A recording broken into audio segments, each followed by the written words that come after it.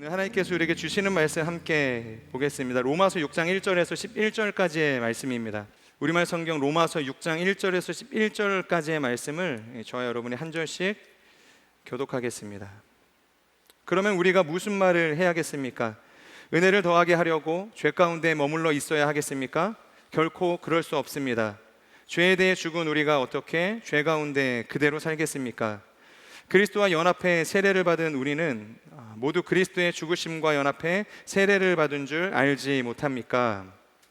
그러므로 우리는 그리스도의 죽으심과 연합해 세례를 받음으로써 그분과 함께 묻혔습니다. 이는 그리스도께서 아버지의 영광으로 인해 죽은 자들 가운데서 살리심을 받은 것처럼 우리도 또한 새 생명 가운데서 살게 하려는 것입니다. 우리가 그리스도의 죽으심과 같은 죽음으로 그분과 연합한 사람이 됐다면 분명히 우리는 그리스도의 부활하심과 같은 부활로도 그분과 연합한 사람이 될 것입니다.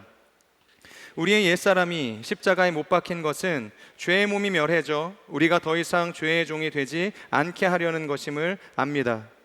이는 죽은 사람이 이미 죄에서 벗어났기 때문입니다. 우리가 그리스도와 함께 죽었다면 또한 그분과 함께 살 것을 믿습니다.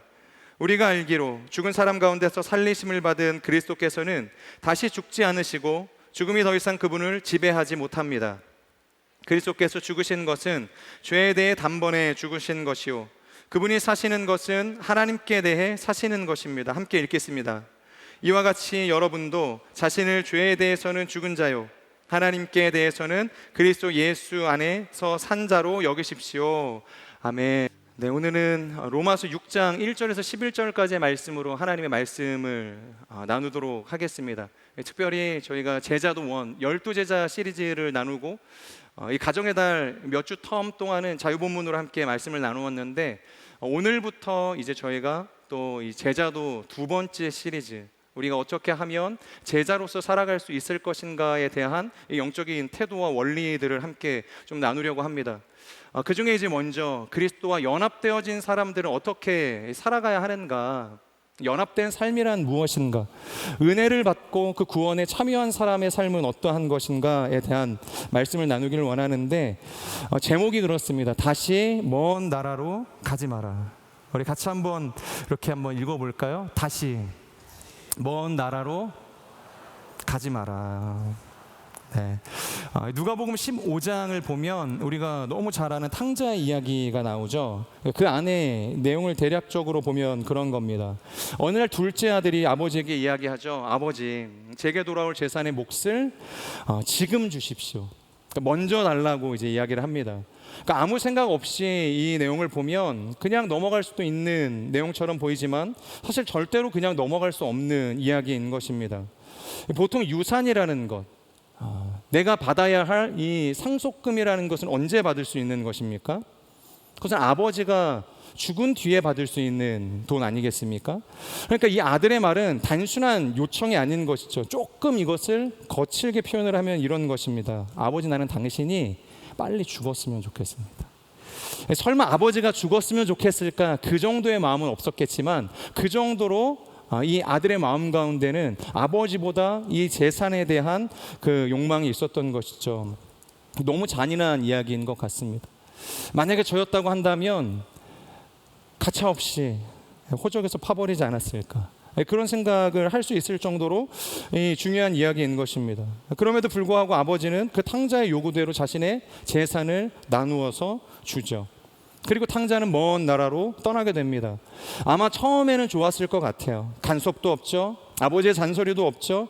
아버지의 얼굴을 보며 무언가 불편해해야 할 일도 없습니다. 그리고 형과 함께 뭔가 경쟁해야 할 그런 불편함도 없는 것이죠. 돈은 차고 넘쳤고 누구도 나를 속박하지 않기에 드디어 자유를 얻었다라고 하면서 기뻤을 것입니다. 근데 여러분, 모든 죄가 다 그렇듯이 처음에는 그것이 자유처럼 여겨지는 것이죠. 해방된 것처럼 느껴지는 것입니다. 이제야 내가 드디어 나답게 사는구나, 그렇게 느끼게 만든다는 것이죠. 그런데 문제는 시간이 지나면 알게 되는 것입니다. 그것은 자유가 아니라 끊어짐이었고, 해방이 아니라 방황이었고, 나답게 살아가는 인생이 된 것이 아니라 나를 잃어버리는 길이었다는 것입니다.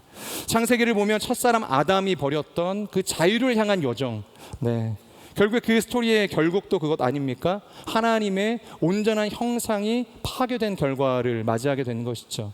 그러니까 자유를 얻고 싶었지만 자유를 얻지 못하고 오히려 저주를 얻게 된 인생. 결국 탕자 역시 얼마 지나지 않아서 이 아버지로부터 상속받은 모든 유산을 다 잃게 되지 않습니까? 돈도 잃었고 친구도 잃고 그리고 품위도 잃고 심지어 자기 자신에 대한 감각조차 잃어버리게 됩니다. 그리고 그가 어디까지 떨어지냐?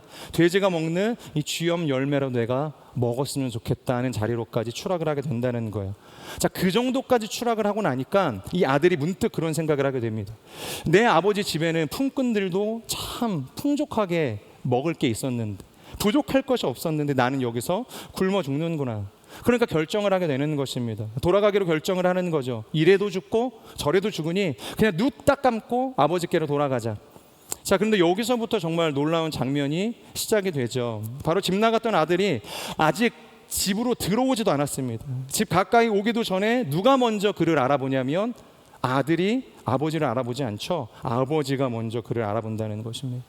그리고 그것으로 끝나지 않고 아버지는 버선발로 달려가서 그를 끌어안습니다. 그리고 그에게 입을 맞추는 거죠. 심지어 아버지는 탕자에게 아무것도 묻지 않습니다. 오랜 시간 이 부자관계가 끊어진 채 지내지 않았겠습니까? 많은 것들이 아마 궁금했을 것입니다. 돈은 어디 있냐?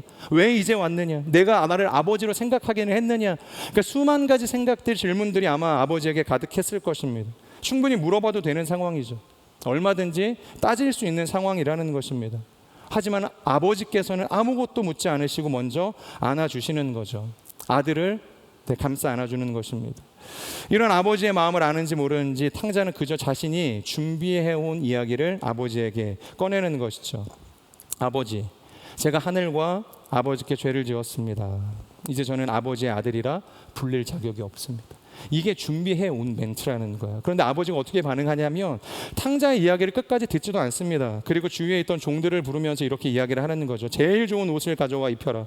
그리고 손에 인장 반지를 끼우고 발에는 신을 신겨 주어라. 그리고 집에서 가장 살찐 송아지를 잡아서 잔치를 벌이자.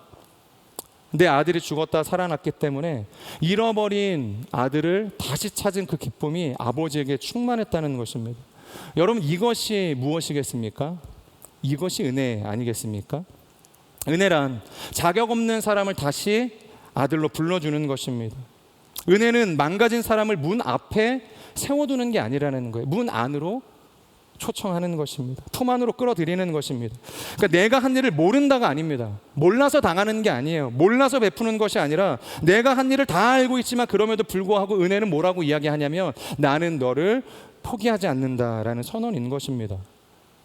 여러분, 여기까지가 이 누가복음 15장에서 그려져 있는 이 스토리의 전부라고 볼 수 있는 것이죠. 근데 저는 오늘 말씀을 준비하면서 그런 생각을 해보게 됩니다. 도대체 그 잔치가 끝날 다음 날은 어땠을까? 여러분은 어떠세요? 저는 N이 아님에도 불구하고 참 어려운 게 묵상을 할 때 N과 같은 스타일로 그 다음을 그려봐야 되는 거예요.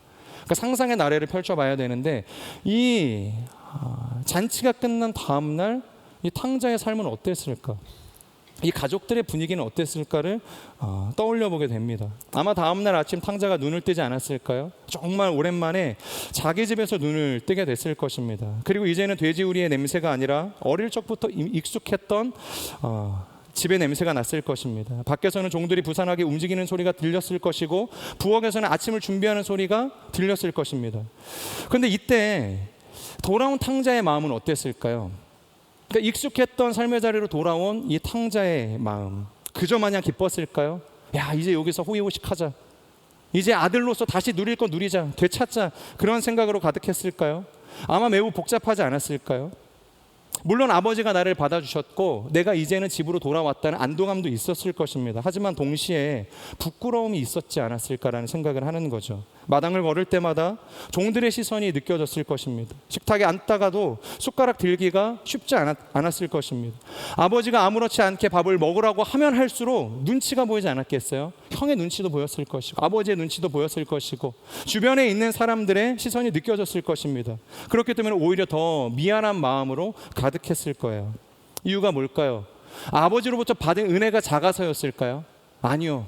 작아서가 아니라 오히려 은혜가 너무 컸기 때문에 그러니까 아버지의 사랑이 부족해서가 아니라 그 사랑이 너무 커서 자기의 죄가 얼마나 끔찍했는지가 처참하게 보이는 거예요. 그러니까 너무 선명하게 그것이 느껴지는 것입니다. 그러니까 시간이 지날수록 이 탕자도 자신이 받은 사랑이 얼마나 위대한 사랑인지를 느끼게 됐을 것입니다. 근데 정말로 제가 이야기하고 싶은 부분은 이 지점부터예요. 자, 그 사랑을 느낀 탕자가 며칠이 지났습니다. 근데 막 방에서 짐을 싸고 있는 거예요. 아버지가 와서 이제 묻는 것입니다. 아들아, 지금 뭐 하고 있냐? 이때 탕자가 이야기하는 거죠. 예, 아버지, 저 다시 짐 싸서 나가려고요. 그러니까 아버지가 깜짝 놀라지 않겠어요? 아니, 들어온 지 얼마나 됐다고 다시 어디를 나가려고 하느냐? 그러니 탕자가 이야기하는 거죠. 네, 제가 전에 갔었던 그 먼 나라로 다시 돌아가려고 합니다. 아버지가 어이가 없는 거예요. 한참 침묵을 하시고 그렇게 시간이 지난 다음에 다시 이야기를 하는 거예요. 아니, 거기를 가는 게 말이나 되냐? 너는 거기에서 모든 가산을 탕진하고 심지어 정말로 밑바닥까지 추락해서 거기서 죽다 살아난 인생 아니냐? 근데 거기를 다시 간다고?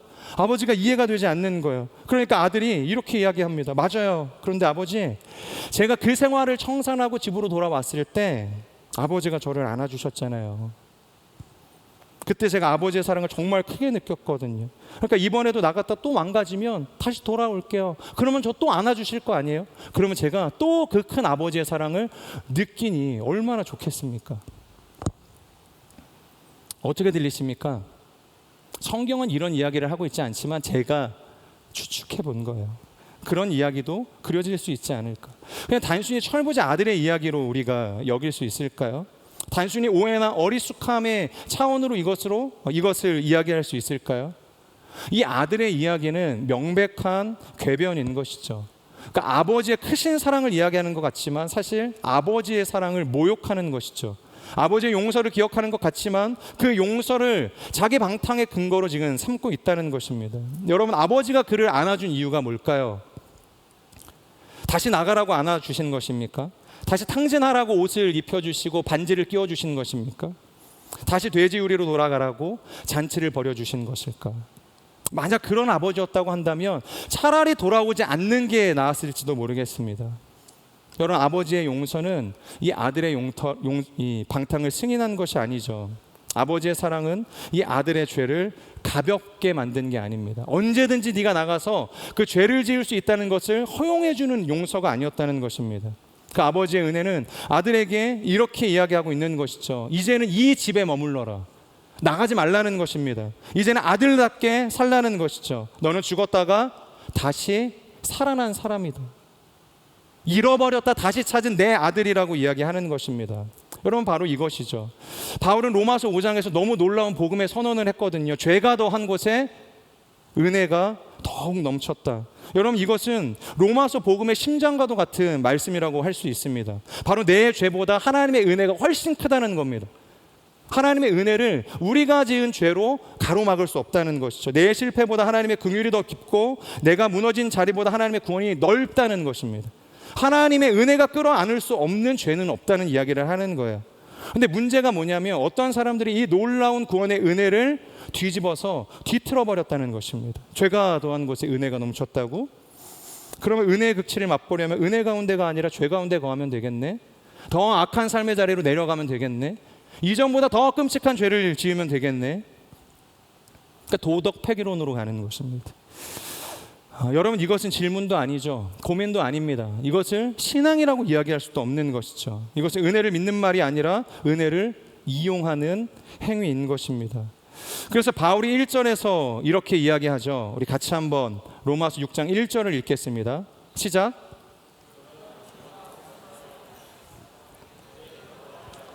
죄 가운데 머물러 있어야 하겠습니까? 네. 무슨 말을 해야 되겠냐, 내가 이렇게 이야기하는 사람들에게 은혜를 더하게 하려고 죄 가운데 머물러? 그 탕자의 이야기를 지금 동일하게 하고 있는 것이죠. 그래서 2절에서 단호하게 이야기합니다. 우리 2절도 다시 한번 같이 읽겠습니다. 시작. 결코 그럴 수 없습니다. 죄에 대해 죽은 우리가 어떻게 죄 가운데 그대로 살겠습니까? 바울이 이야기하는 거죠. 절대로 그럴 수 없다. 여러분, 이때 사용된 단어가 헬라어로 메게노이토입니다. 메게노이토. 이것은 그냥 아닙니다, 그럴 수 없습니다, 이 정도를 이야기하는 것이 아니라 바울의 마음을 조금 더 풀어서 설명을 하면 이런 거죠. 말도 안 됩니다. 결코 그럴 수 없습니다. 그러니까 내 눈에 흙이 들어가기 전에 그런 일이 일어날 수 없습니다. 어떻게 은혜를 듣고서 은혜를 경험하고 그런 결론이 나올 수 있습니까? 말이 안 된다는 이야기 하는 것이죠. 그러니까 그 어느 때보다 이 사도 바울이 강경한 어조로 부정을 내뱉고 있는 것입니다. 여러분, 사도 바울의 인생을 생각해 보면 부침이 많은 인생이었죠. 그리고 사도직을 수행하면서 누구보다 많은 오해와 도전과 핍박을 받았던 인생의 사도 바울 아니었습니까?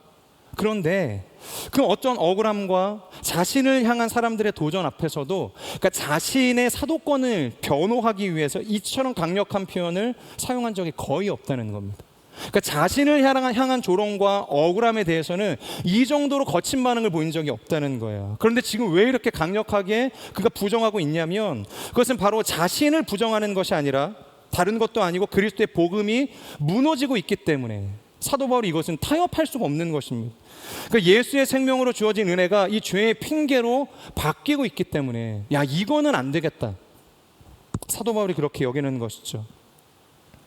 여러분, 은혜는 결코 죄를 반복하도록 주신 보험이 아닙니다. 은혜는 죄 가운데 편히 머물도록 깔아주는 이불과도 같은 것이 아닌 것이죠. 오직 우리가 얻은 은혜는 죄 가운데 죽어가던 우리를 다시 살리신 하나님의 능력인 것입니다. 그렇기 때문에 우리가 오늘 붙들어야 할 첫 번째는 무엇인가? 은혜는 우리를 정죄하지 않지만 죄로 돌아가게 하지도 않습니다. 우리 같이 한번 읽어볼까요? 시작.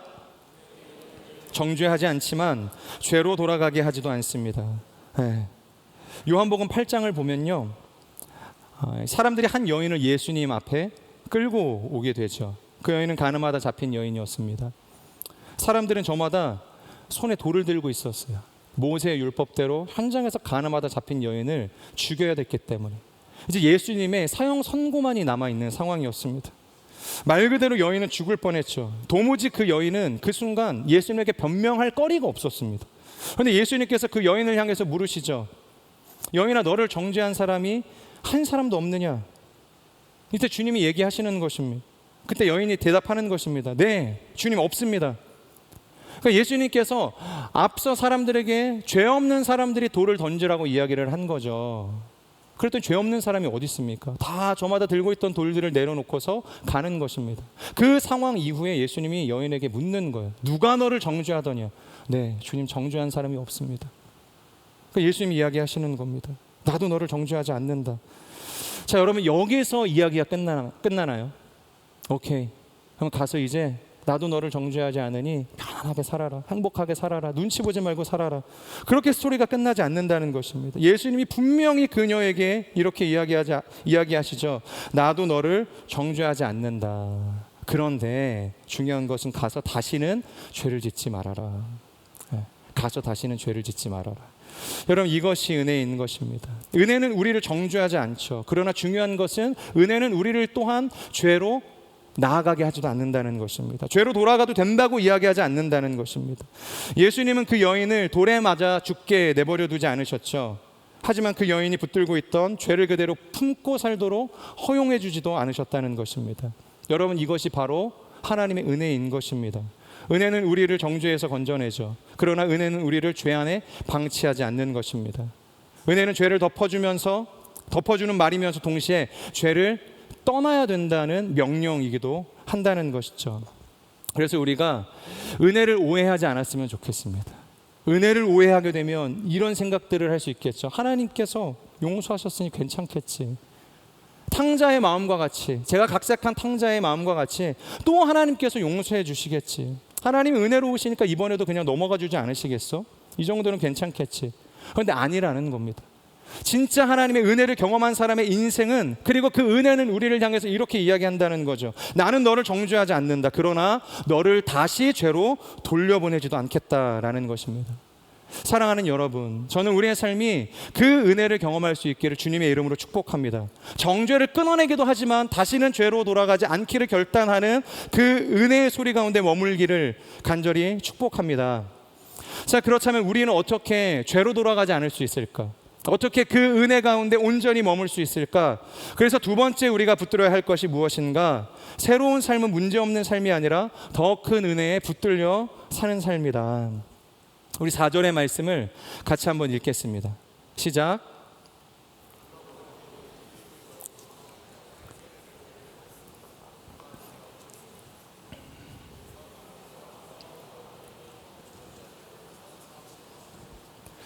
우리도 또한 새 생명 가운데서 살게 하려는 것입니다. 그래서 성경책에 있거나 혹시 노트하고 계시는 분들이 계시면 이 새 생명이 정말로 중요한 표현입니다. 여기에 뭐 이렇게 동그라미를 치시든 언더라인을 그으시든 하시면 좋을 것 같습니다. 우리가 붙들어야 할 은혜는 무엇인가? 우리가 어떻게 하면 그 하나님의 은혜 가운데 머물러 있을 수 있는가? 그것이 바로 새 생명이라는 것입니다. 여러분, 새 생명이 뭘까요? 더 큰 은혜라는 것은 무엇일까? 가령 내 인생의 문제가 전부 소거된 그런 상태를 이야기할까요? 마치 내 삶의 모든 결핍이 깨끗하게 해결되어진 상태일까요? 그래서 근심도 없고 불안도 없고 시험도 없고 고난도 없고 마치 로또 맞은 인생처럼 이 돈만 생각할 수 있는 뭔가 약간 그런 상태를 이야기할까요? 오늘 이 바울이 이야기하는 새 생명은 이런 것입니다. 이것도 같이 한번 따라해보면 좋을 것 같은데요. 문제는 여전히 있는데, 따라해보시면 좋을 것 같습니다. 문제는 여전히 있는데 그 문제보다 더 큰 은혜가 나를 붙드는 것. 불안은 여전히 있는데 그 불안보다 더 큰 복음의 기쁨이 내 마음을 덮어주는 거예요. 그러니까 삶의 무게는 여전히 남아있는데 그 무게보다 더 크신 예수 그리스도의 승리를 붙들고 살아가는 인생이라는 것입니다. 제가 예전에 설교 중에 이런 이야기를 했던 적이 있는 것 같은데 아마 했을 거예요. 월드컵 이야기 혹시 들어보셨죠? 제가 월드컵 당시에 2002년 월드컵 당시에 고3이었습니다. 그 담임 선생님께서 광화문 가는 놈들은 대학 갈 생각 하지도 마, 이런 이야기 하셨거든요. 물론 제가 대학을 포기한 것은 아니지만 저는 줄기차게 광화문으로 시청으로 나아갔습니다. 그때 정말 엄청난 인파가 그곳에 다 모여 있었습니다. 마치 대한민국 국민이 다 모이는 것처럼 모두가 빨간 옷을 입고 얼굴에는 태극기를 그리고 좌우 앞뒤에 생전 처음 보는 사람과 소리를 지르고 그 꼴이라도 터지기 시작하며 얼싸안고 뛰었던 일들, 막 버스 위로 올라가서 막 버스를 막 전복시키는 시위 아닌데 막 그런 일들, 말도 안 되는 일들이 이 2002년 월드컵 당시에 있던 기억이 납니다. 근데 여러분, 그 자리에 아무런 문제 없는 사람들만 머물러 있었을까요? 그렇지 않았겠죠. 그곳에는 당장 내일 회사에 부도를 준비하는 사람도 있었을 것입니다. 사업이 무너져 무일품으로 이미 거리에 나앉은 사람도 있었을지 모르겠어요. 그리고 저처럼 대학 입시를 준비하는 사람, 재수를 준비하는 사람, 사무실을 준비하는 사람도 있었을 것입니다. 어쩌면 병원에서 시한부 선고를 받고 남은 일수를 헤아리면서 그렇게 슬픔 가운데 있는 사람도 있었을지 모르겠습니다. 그러니까 모두 상황은 다르지만 각자의 삶의 문제들을 끌어안고 그 광화문 혹은 시청 앞 광장으로 나와왔던 것이죠. 그들이 모였던 그날, 실제로 이 경기가 승리했던 그날에도 그들의 현실의 문제는 전혀 달라지지 않고 그대로였다는 것입니다. 그런데 한국이 폴란드를 이기고 미국과 뜨겁게 맞서고 이 박지성의 결승골로 포르투갈을 우리가 이겼을 때, 그래서 16강 진출이 확정이 되었을 때 여러분, 우리는 어땠습니까? 세상에 떠나가라 소리를 지르지 않았습니까? 얼싸안고 부둥켜 안으면서 막 호프집에서는 골든벨을 외쳐서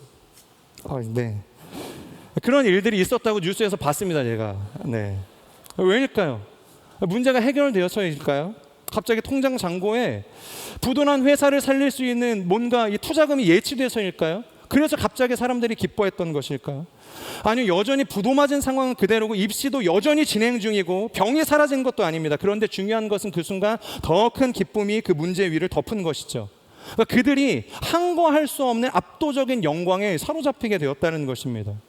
여러분, 우리가 종종 그런 생각들을 하게 됩니다. 하나님, 제 문제만 해결해 주면 제가 열심히 예배하겠습니다. 선교 가겠습니다. 11조도 하겠습니다. 이 고난만 통과하며 기뻐할 수 있을 것 같습니다. 그런데 복음은 우리에게 그렇게 이야기하지 않는다는 겁니다. 전혀 다른 방식으로 역사한다는 것이죠. 문제가 먼저 사라지는 것이 아니라 그 문제 위에 하나님의 은혜가 덮인다는 것이죠.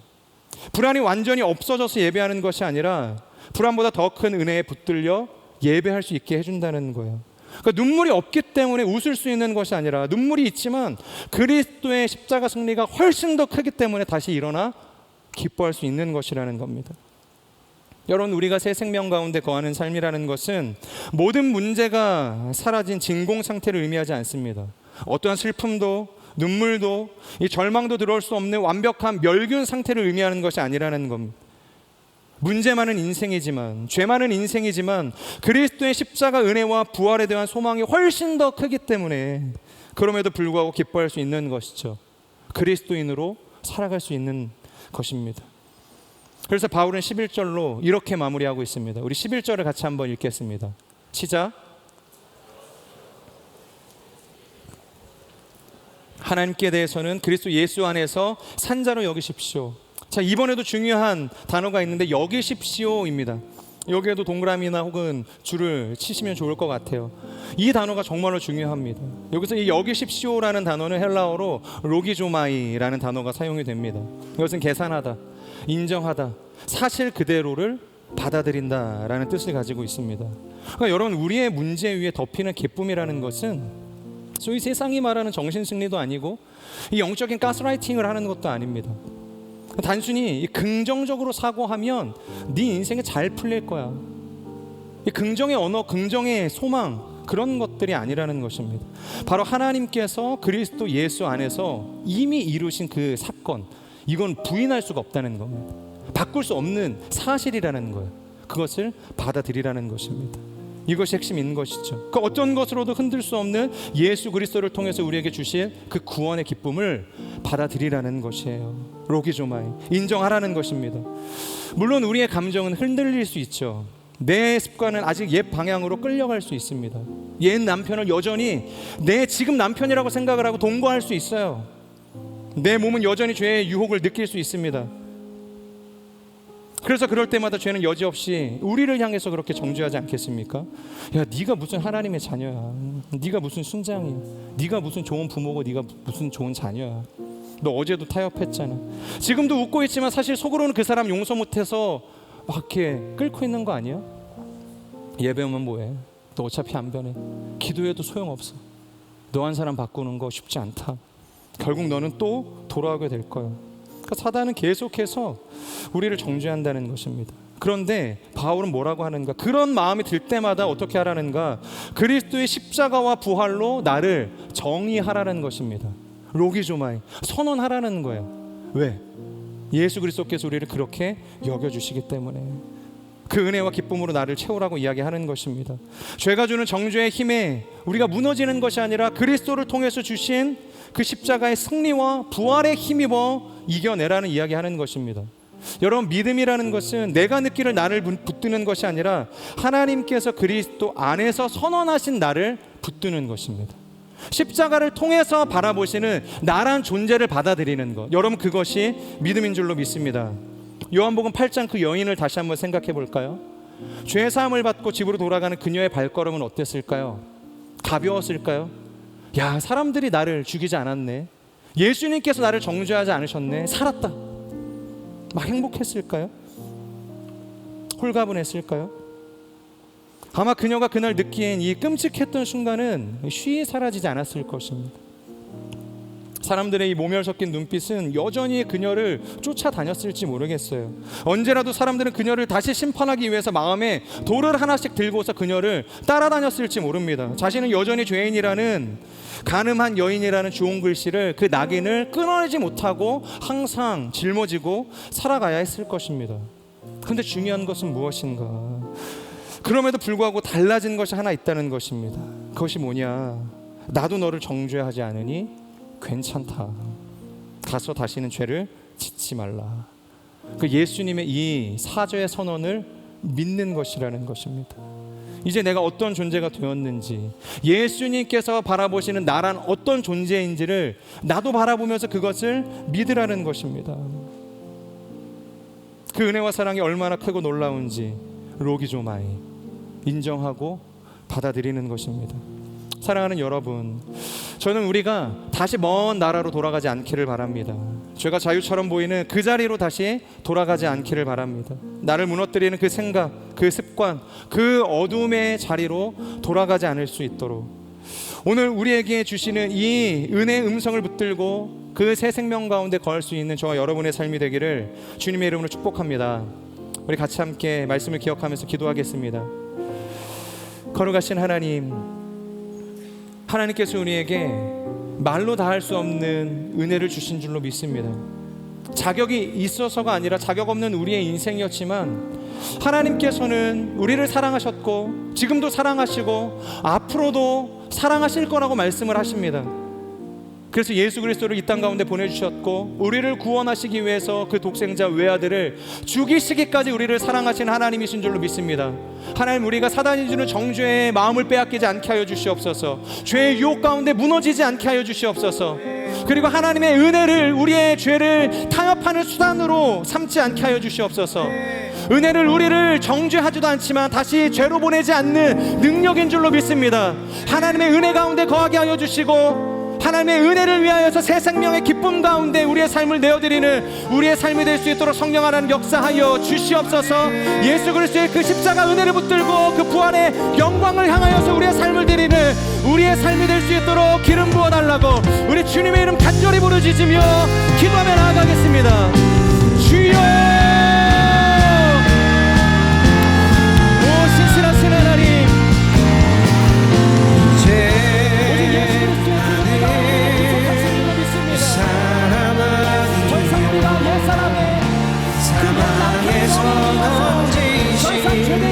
주의 자녀이니 한없는 주의 사랑 안에 기쁨으로 걸어가겠네. 이제 나는 옛사람 아니요 사망에서 주의 자녀이니 그 한없는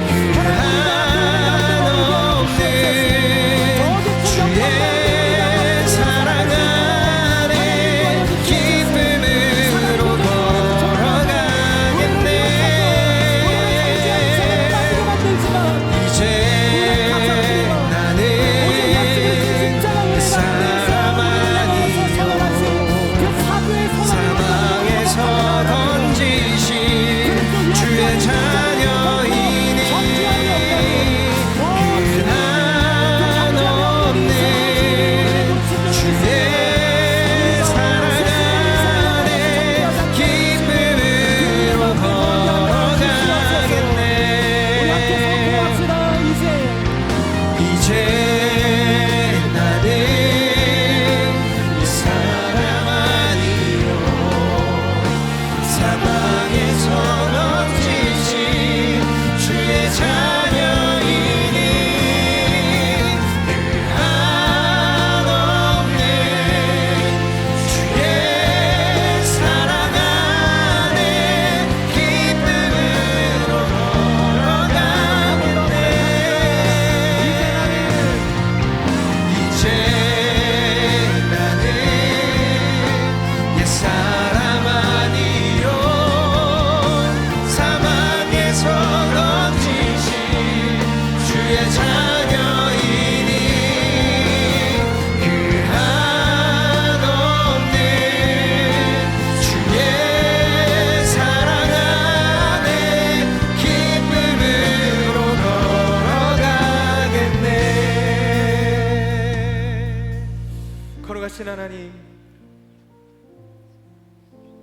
주님께서 베푸신 그 놀라운 은혜 가운데 머무는 인생 되게 하여 주시옵소서. 하나님께서 예수 그리스도를 통해서 완성하신 그 은혜는 결코 우리의 죄를 반복할 수 있도록 주신 보험이 아닌 줄로 믿습니다. 하나님의 은혜를 우리를 정죄하지도 않지만 그렇다고 우리를 죄로 다시 돌려보내지도 않음을 우리가 깨닫게 하여 주시옵소서.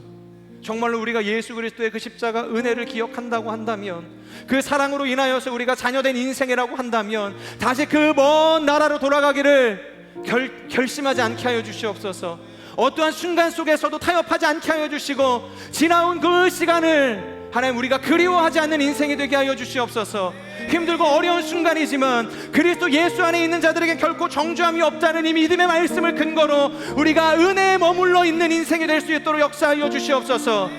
어쩔 수 없이 바득바득 하나님 우리가 그 자리에 머물러 있는 인생이 아니라 오늘 사도 바울이 이야기한 것처럼 더 큰 생명, 그 새 생명의 기쁨과 그 영광 가운데 우리가 넉넉하게 머물러 있을 수 있는 인생이 될 수 있도록 하나님 우리를 인도하여 주시옵소서. 우리의 모든 죄의 유혹과 그 죄의 넓이와 그 깊이를 초월할 만큼의 그 위대한 하나님의 은혜가 우리 가운데 덮여지는 인생 될 수 있도록 하나님 인도하여 주시옵소서. 그 은혜가 온전합니다. 그 은혜가 우리를 죄로 돌려보내지 않습니다. 다시 한번 그 은혜에 머물러 하나님의 그 크신 사랑과 그 은혜를 노래하는 우리 모두의 삶이 될 수 있도록 성령 하나님 역사하여 주시옵소서. 그래서 로기조마이, 예수 그리스도의 그 사랑과 은혜로 나를 받아들이며 인정하는 우리의 삶이 될 수 있도록 역사하여 주시옵소서. 이렇게 함께 하실 주님을 찬양합니다. 감사드리며 예수 그리스도의 이름으로 기도합니다. 아멘. 우리의 기도를 받으신 주님께 감사의 박수 올려드리겠습니다. 아멘.